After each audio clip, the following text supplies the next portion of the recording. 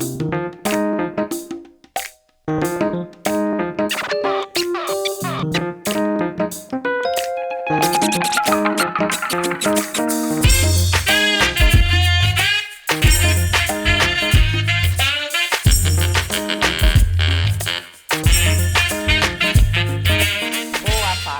está no Direto da Redação do dia 22 de dezembro de 2015, último programa do ano que vocês vão ver agora.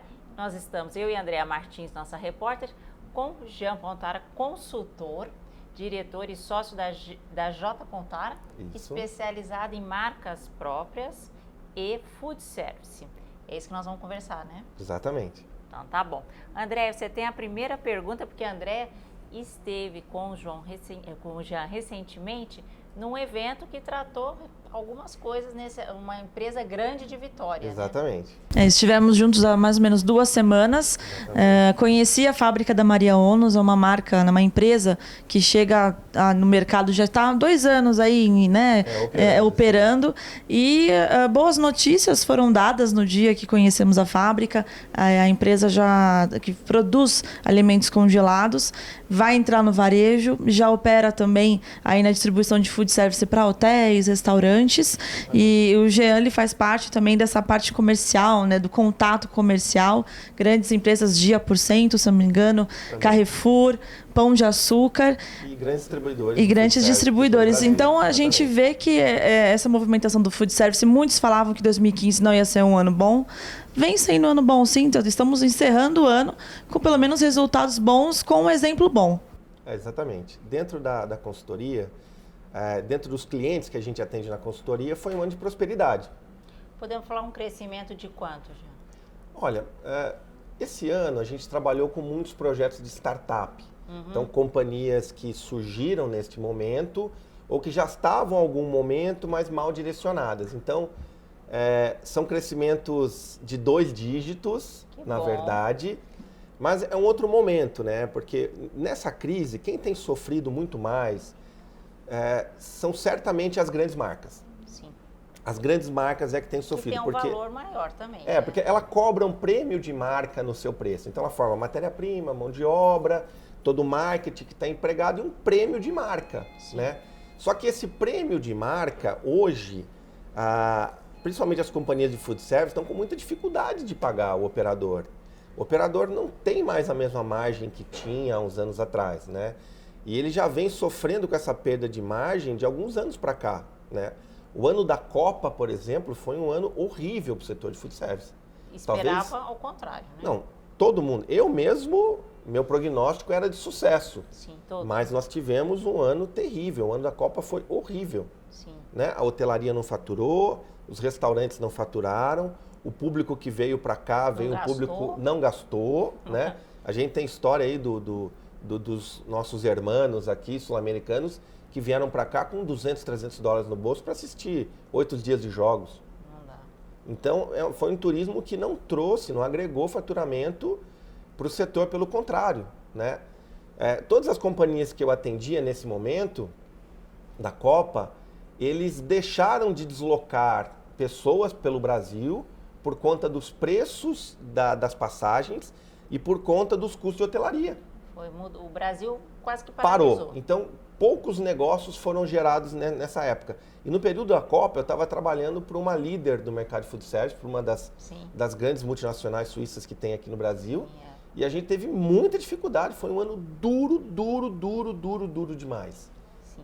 Agora, se a gente pensar, isso foi em 2014, 2015 houve essa turbulência econômica que ainda estamos passando. Como que você está vendo terminar este ano e botar o pé em 2016? Olha só, muito do que a gente tem perdido de faturamento esse ano está alinhado com expectativa negativa, né? Se você tem uma expectativa não positiva, você se recolhe e fica esperando o momento adequado para investir, para crescer, para fazer negócio. Então, eu imagino que assim que essa situação ruim que a gente vive seja entendido como o cenário definitivo, eu penso que os empresários passam a traçar planos em cima de um cenário negativo. O que acontece nesse momento é que a gente não tem um cenário definitivo da economia. Nem Positivo e nem negativo. Logo, nem certeza. Fica todo mundo em suspensão. Sim. Fica todo mundo em stand-by esperando o momento oportuno para investimento. Né? E eu penso que isso aconteceu em 2008 já. Eu penso que assim que o cenário de 2017, 16 e 17 forem mais claros para os empresários, eles voltam a investir. Precisa ter uma direção, um norte, né, que está faltando. Né? Hoje, por exemplo, os restaurantes pensam, eu demito ou não demito? Sim. Não sei. Não sei como vai ser o ano. Ou eu contrato ou não contrato? Não sei. Então, essa falta de definição segura muito o investimento. Agora, vamos falar de fato. De fato, realmente, a gente teve desemprego, né? Esse desemprego tirou as pessoas, tirou a renda da rua. Naturalmente, a venda de supérfluos ou de indulgências, como a gente diz no mercado de food service, para imediatamente. Né? Se a gente for ter como base a crise americana de 2008, a crise dos subprimes, o mercado de restaurante parou de vender imediatamente álcool, refrigerante e sobremesas. São as indulgências. São as indulgências. Sim. E não é diferente. Esse comportamento de consumo com restaurante é muito parecido no Brasil. E tem alguma solução para isso, para reverter esse quadro, ou tem que esperar realmente contar com a sorte aí da economia ajudar? Olha só, ótima pergunta, Andréa. Eu vejo assim, é fato que a gente tem menos dinheiro disponível circulando na rua. Né? Considerando isso, eu tenho que o restaurante tem que encaixar o ticket dele no momento econômico. Então vamos dizer o seguinte, eu tenho um restaurante, esse restaurante teve uma perda de fluxo. Eu tinha lá 500 refeições, hoje eu tenho 400 refeições. Essas refeições não vão voltar para o restaurante. Você acha que não volta, não vão voltar, a curto prazo? A curto prazo, né? Porque a pergunta foi, como eu resolvo agora? Não tem. Né? Eu tenho que resolver janeiro. Janeiro, porque eu tenho que pagar 13º, vou tomar dinheiro emprestado, tenho que ter dinheiro para pagar agora em janeiro. Então, o que eu digo é o seguinte, reduzir o fluxo, você tem que acertar suas despesas imediatamente. E você acha que acertar a despesa, porque a gente teve um consultor aqui, o Olegário Araújo, você conhece? Claro. Que é de varejo, especializado nisso. Ele disse que nessa hora a gente precisa tomar muito cuidado, porque às vezes a gente pode reduzir muito a empresa, mudar muitas coisas e depois perder o fio da meada. Sabe o que Mas eu o acho? fio da meada talvez demore um pouquinho. Eu acho o seguinte, eu acho que só tem uma ação que o empresário pode fazer e que só depende dele. A venda não depende dele. Realmente. Ele depende de um terceiro, de um Sim. quarto. Ele tem que apertar os botões certos, Verdade, né? isso. Tem que apertar o botão certo do marketing, o botão certo do preço, né? Aqueles 4 P's do marketing, ele tem que acertar tudo. E além disso, ele tem que combinar com o adversário, né? O que é muito difícil dele fazer. Então, eu acho que a única coisa que ele pode fazer imediato é acertar os custos. Agora, acertar os custos traz um leque imenso, né? Por exemplo, eu posso trabalhar com marcas alternativas de ingredientes e nem por isso piores. Sim, que você conhece bem essas marcas Exatamente. próprias. Como é que, falando nisso, como é que está esse mercado de marcas próprias? Porque antes de começar a gravação, nós estávamos conversando sobre isso, acho que uns 10 anos atrás, pode ser? Uns 10 anos. Mais ou menos. Sinônimo de marca própria era sinônimo de produto de baixa qualidade. Perfeito. E hoje já não é assim, porque também com o bolso mais apertado, você começa a olhar com mais carinho, porque se fazer diferença na compra do mês, não tem nem dúvida, né? Claro que faz. Eu acho que não tem dúvida. Não tem dúvida nenhuma. Como é que você vê isso? Olha só, como você disse bem, quando a marca própria começou no Brasil, ela começou com o conceito de ser um produto primeiro preço. Sim. Mas olha que mentalidade estranha, né? Eu quero ter uma grande marca de varejo, aí eu ponho a minha marca no pior produto que tem para vender dentro da loja. Ok, foi uma fase, foi um momento. O varejo todo compreendeu que isso não funcionava. E algumas grandes redes, claro que as maiores do Brasil, vieram reposicionando a sua área de marcas próprias.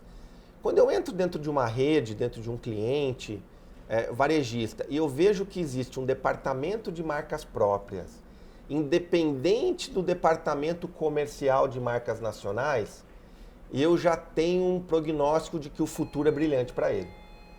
Mas quando eu entro dentro de uma rede e eu vejo que a área de marcas próprias está debaixo do guarda-chuva de marcas nacionais, não vejo prosperidade na marca própria dentro dessa rede. E também tem um detalhe, a exposição nessa hora conta muito, né? Claro que conta.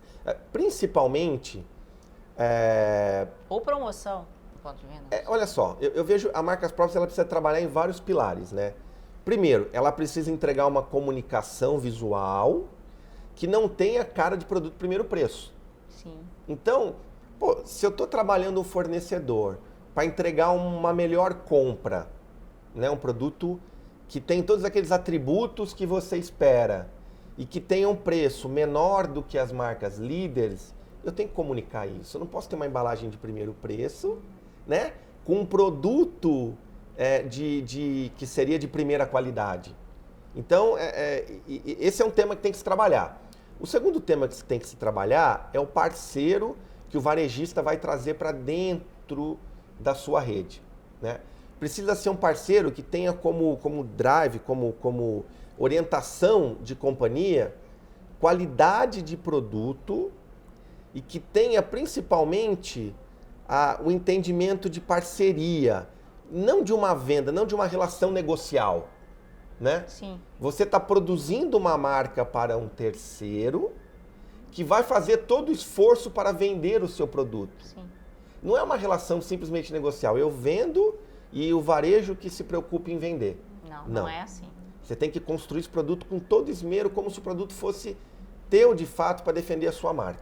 Sim. Né? E eu percebo que algumas redes no Brasil trabalham muito bem, né?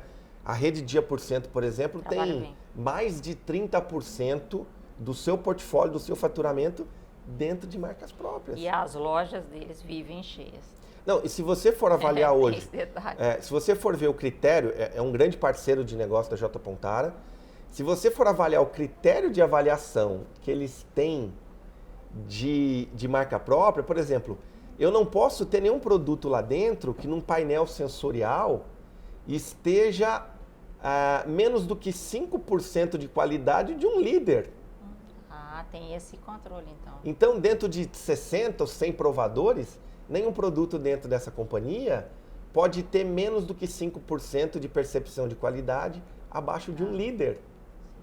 É isso que conta. Eu tenho produtos de segundo, terceiro preço, que se a gente for fazer um sensorial, está 30% abaixo de um líder. Não dá. Então, esse esmero que tanto o Dia, como o Grupo Pão de Açúcar, como o Carrefour, como alguns outros têm, vai fazer com que essa marca própria seja um gigante e represente tanto dentro das suas vendas como representa dentro das vendas das redes europeias e americanas de varejo. Né? Uma pergunta. Eu quero mudar de assunto agora. Quero falar da cadeia de abastecimento, eficiência na cadeia de abastecimento. Já você conhece muitos distribuidores. Claro. Nos últimos 2, 3 anos, vem se falado muito em food service, na área de atacado, de distribuição. E a palavra de ordem sempre foi especialização. Você, na sua opinião, nesse período, entrou na mente desse distribuidor que ele precisa se especializar, entender o que é o food service, porque, enfim, são diversas modalidades dentro do food service. Ele entendeu, ele se especializou e ele se tornou um diferencial aí pro cliente dele? Olha só, André, o grande problema de entrar a cultura do food service é quando eu tenho um distribuidor que tem 100% do seu faturamento focado em venda para varejo. É o que paga as contas, foi o que construiu a companhia.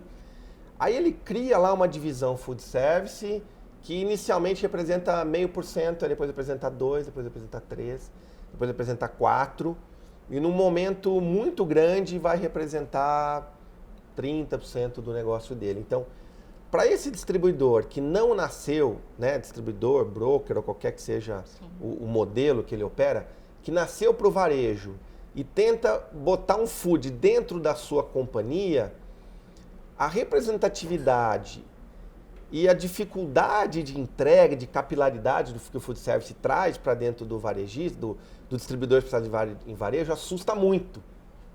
E alguns desistem ou deixam que o food service represente quase nada até morrer um dia.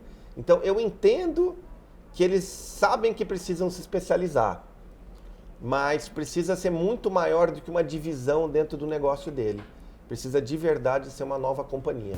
Então, na verdade, quem está pensando em abrir uma distribuição e quiser ser especializado no food service, é um caminho de sucesso, se ele for trabalhar só com food service. É um caminho de sucesso.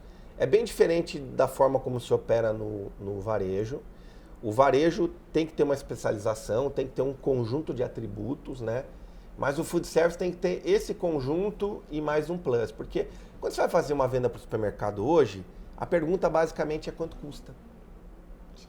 Então, se eu só tenho pergunta de quanto custa, o vendedor que eu ponho para vender o quanto custa é um vendedor que trabalha dentro do range do conhecimento-preço. E quando eu vou para a venda para o food service, a primeira pergunta que um operador de food service faz é: como é o desempenho do seu produto na panela? Como é a sua entrega? Qual é o seu pedido mínimo? Então, ele demanda do distribuidor um conjunto de conhecimentos muito além de preço, prazo. E o distribuidor que consegue compreender e consegue entregar isso na hora de uma visita, ele prospera e vai longe dentro do food service, né? Agora, 2016, o que a gente pode esperar para esses dois mercados? Food service e marcas próprias.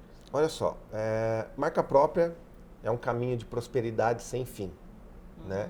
Ela cresce e cresce e cresce, e conforme o varejo entende, se especializa, a marca própria, antigamente ela era uma marca própria do básico, arroz, feijão, produtos detergentes, químicos, beleza. Agora ela já está entrando no mundo gourmet. Eu já tenho marca própria de sorvete gourmet, eu já tenho marcas próprias de pães gourmets. Então, é um caminho de prosperidade e de crescimento certo.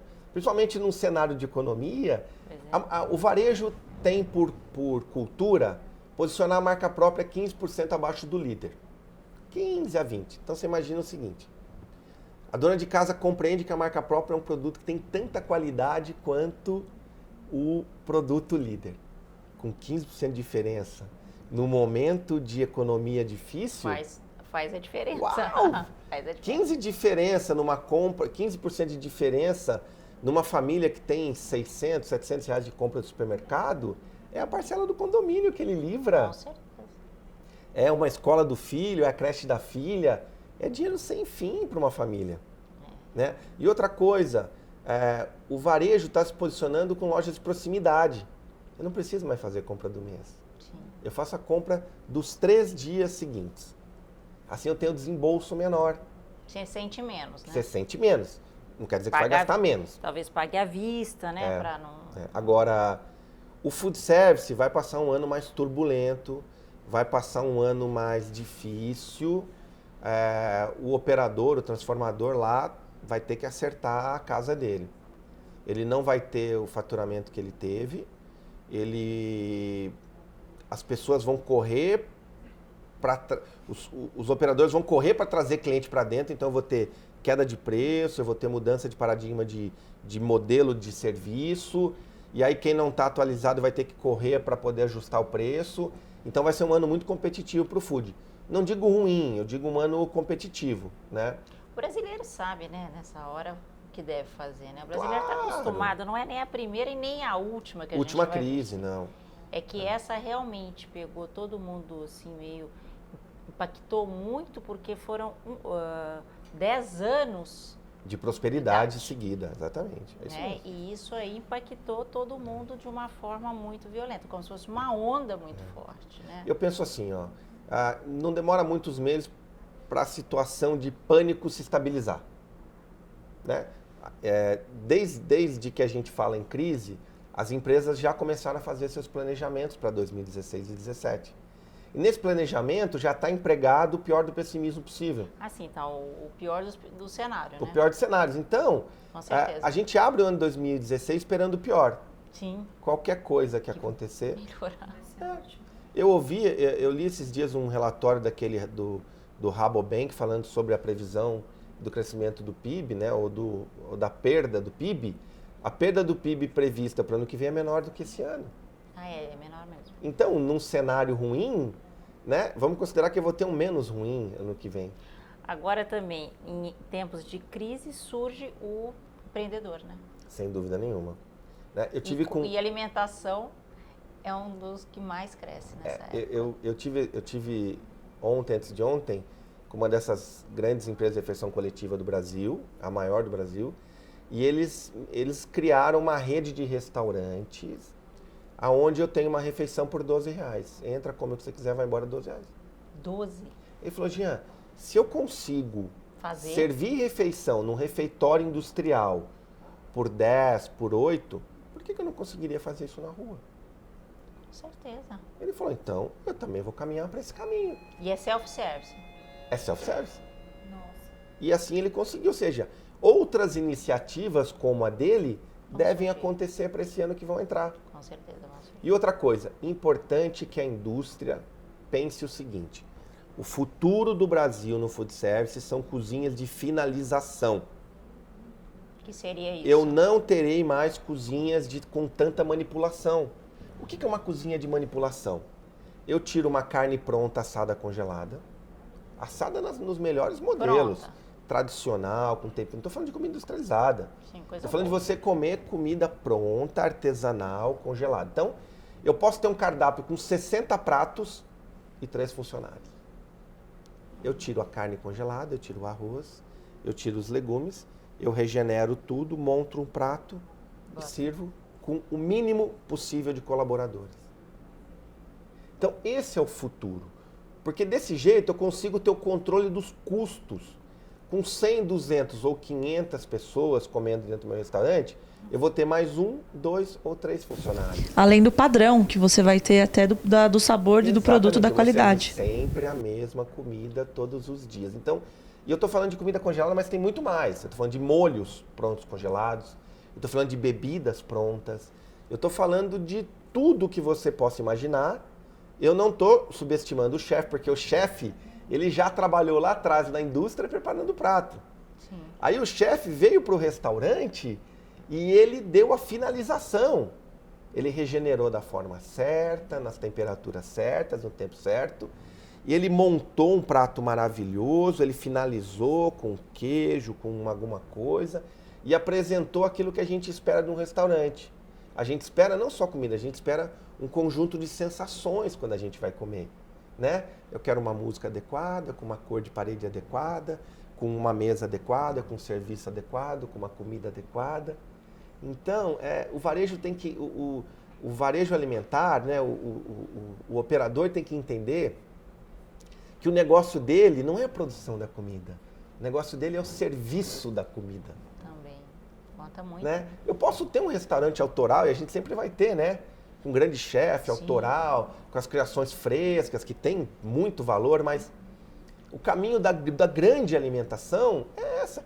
Se você for olhar, você pega o relatório de crescimento das redes de franquias, que trabalham em sistema com cardápio fechado. Cresceram 12% nesse ano. Aí você pega o varejo alimentar, o food service independente, tem problema de crescimento, tem problema de margem. Tem problema de resultado. Então, será que não está na hora do transformador mirar nessas grandes redes de franquia? Eu não estou falando para ele entrar no sistema de franquia. O que a franquia tem de diferente? Ela tem padronização. Tem um cardápio mais enxuto, ela tem né? serviço padrão, ela tem produto padronizado. Então, é isso que eu acho que é o caminho para a prosperidade do food service no Brasil. Jean, você acabou de dar uma dica, então, para o transformador. Para finalizar, eu vou pedir também uma dica para o distribuidor especializado. O que você acha que ele tem que fazer em 2016? E vou te falar, a indústria não chega. A indústria não chega no transformador. Se não tiver o canal de distribuição, a indústria não consegue chegar. Eu não consigo entregar uma caixa de comida congelada num bairro de São Paulo. Não é o expertise da indústria. A indústria nasceu para ter um grande R&D, uma área de pesquisa e desenvolvimento, criar grandes produtos, estar antenado nas tendências, criar, desenvolver, fazer interlocução com o transformador, ver o que precisa, transformar, criar, produzir, mas carregar, emitir uma nota, entregar, esse é o expertise do canal de distribuição, sempre vai ser. Ele nasceu para isso. E essa a melhor forma de se chegar hoje no transformador, né? É isso que eu penso. O grande papel da distribuição é comprar esse conceito, trazer para dentro do seu portfólio produtos já pré-acabados, pré-finalizados e, principalmente, tem que entregar o serviço que a indústria entrega. É isso, fazer bem feito. Tem que entregar o serviço. Então, tá bom. Bom, Jean, eu não sei se você já recebeu, mas essa é a revista Distribuição de dezembro. Essa revista já está circulando, muita gente já recebeu. Quem não recebe pode abaixar o aplicativo e ler gratuitamente a revista Distribuição, que traz nessa edição os fornecedores nota 10, eleitos pelo atacadista distribuidor. Todo ano tem essa eleição e aqui está.